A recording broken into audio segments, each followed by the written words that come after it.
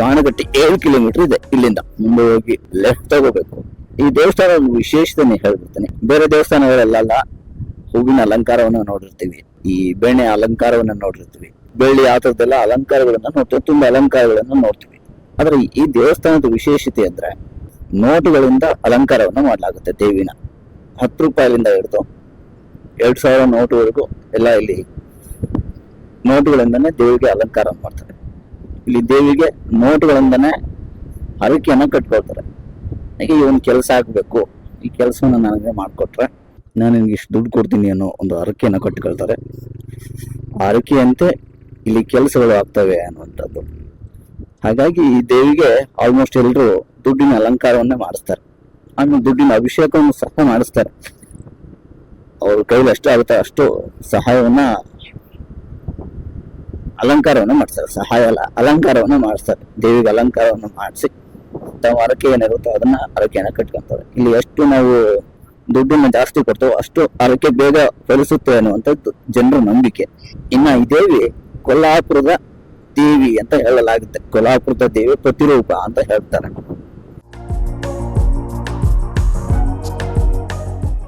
ಅದರಿಂದಾಗಿ ಅನೇಕ ಜನರು ಇಲ್ಲಿಗೆ ಬಂದು ದೇವಿ ದರ್ಶನವನ್ನು ಮಾಡ್ಕೊಂಡು ತಮ್ಮ ಹರಕೆ ಏನೇ ಇರಲಿ ಅದನ್ನ ದುಡ್ಡಿನ ಮೂಲಕನೇ ಕಟ್ಕೋಬೇಕು ಅನ್ನುವಂಥದ್ದು ಇಲ್ಲಿಗೊಂದು ಪ್ರತೀತಿ. ಇನ್ನ ಇಲ್ಲಿ ಪಲ್ಲಕ್ಕಿ ನಡೆಯುತ್ತೆ. ಒಂದು ಪಲ್ಲಕ್ಕಿ ಜಾತ್ರಾ ಮಹೋತ್ಸವದ ದಿನ ಇಲ್ಲೊಂದು ಪಲ್ಲಕ್ಕಿ ನಡೆಯುತ್ತೆ. ಆ ಪಲ್ಲಕ್ಕಿಯಲ್ಲಿ ಕೆಲಸ ಆಗುತ್ತೆ ಮತ್ತು ಆಗಲ್ಲ ಅನ್ನುವಂಥ 2 ಚೀಟಿಗಳನ್ನ ಬರೆದು ಇಟ್ಟಿರ್ತಾರೆ. ಈ ಮೊದಲು ಗೌರ್ಮೆಂಟ್ ಅವ್ರು ಇಂಥವಕ್ಕೆ ಏನಾದ್ರೂ ಒಂದು ಆಕ್ಷನ್ ತಗೋಬೇಕು. ಈ ರೋಡ್ ಅನ್ಕೊಂಬಿಟ್ಟಾರೋ ಏನ್ ಅನ್ಕೊಂಬಿಟ್ಟಾರೋ ಗೊತ್ತಿಲ್ಲ, ಎಲ್ಲವನ್ನೂ ಇಲ್ಲೇ ಹಾಕ್ಬಿಡ್ತಾರೆ. ಇಂಥವಕ್ಕೆ ಮೊದಲು ಆಕ್ಷನ್ಗಳನ್ನ ತಗೋಬೇಕು. ಅಲ್ಲಿ ತನಕ ಏನೂ ಆಗಲ್ಲ. ಕೆಲಸ ಆಗುತ್ತೆ ಅಂದ್ರೆ ಆ ಪಲ್ಲಕ್ಕಿ ಆಗುತ್ತೆ ಅನ್ನೋದ್ರ ಕಡೆ ಹೋಗುತ್ತೆ. ಆ ದೇವಸ್ಥಾನ ಒಳಗೆ ಇಟ್ಬಿಡ್ತಾರೆ ಅದನ್ನ. ಆ ದೇವಿ ಇದೆಯಲ್ಲ, ಆ ದೇವಿ ಉತ್ಸವ ಮೂರ್ತಿ ಹತ್ರ ಇಟ್ಬಿಡ್ತಾರೆ.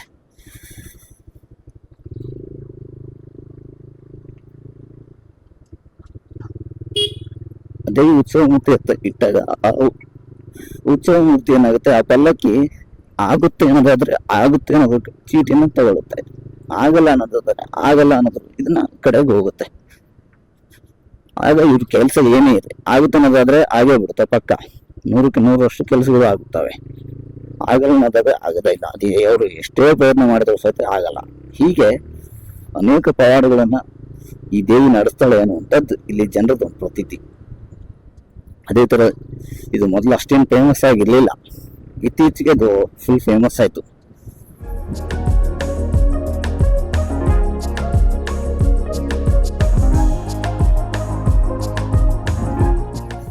ಇದು ನಮ್ಮ ಜನರು ಮಾಡೋದು ದೊಡ್ಡ ತಪ್ಪು.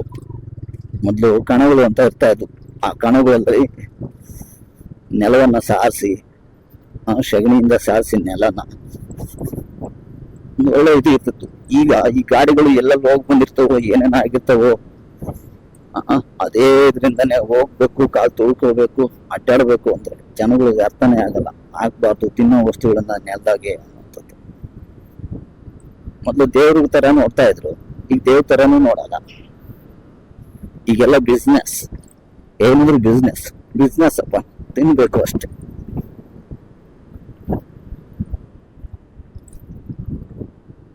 ಮೊದಲು ಬೆಳೆದಾಗ ಒಂದಿಷ್ಟು ಬೇರೆಯವ್ರಿಗೆ ಕೊಟ್ಟು ತಾವು ಬೆಳೆದ್ರೆ ಒಂದು 5 ಪಕ್ಷಿಗಳಿಗೆ, ಊರಿನ ಸ್ವಾಮಿಗಳಿಗೆ, ಊರಿನ ಗೌಡರಿಗೆ, ಊರಿನ ಶಾನುಭೋಗರಿಗೆ, ಊರಿಗೆಲ್ಲ ಕೊಡ್ತಾ ಇದ್ರು.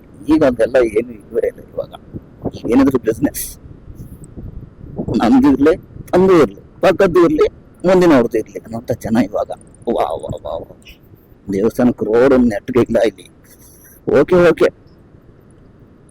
ಆದ್ರೆ ರೋಡ್ ಮಾತ್ರ ಯಪ್ಪ ಹೆವಿ ಟಾರ್ಚರ್ ತರನೇ ಐತೆ ಇದು. ಇಲ್ಲಿ ಏನಾದ್ರೂ ಬಸ್ಗಳು ಮಗಳು ಬಂದ್ಬಿಟ್ರೆ ಆಸ್ಪತ್ರೆಗೆ ಹೋಗೋದೇ ಬೇಕಿಲ್ಲ, ನಾರ್ಮಲ್ ಹೆರಿಗೆ ಆಗ್ಬಿಡುತ್ತೆ ಇಲ್ಲಿ ಆರಾಮ್ಸೆ.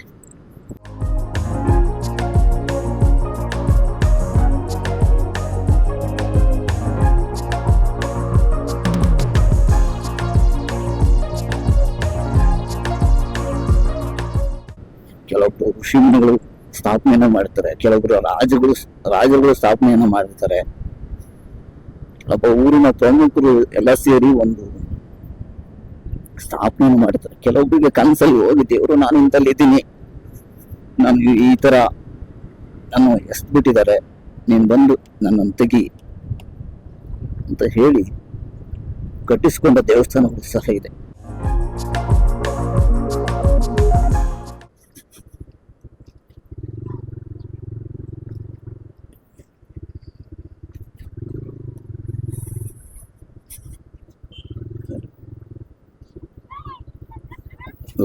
ನಾಯಿಗಳೇ ಮಲಗಬಾರ್ದು.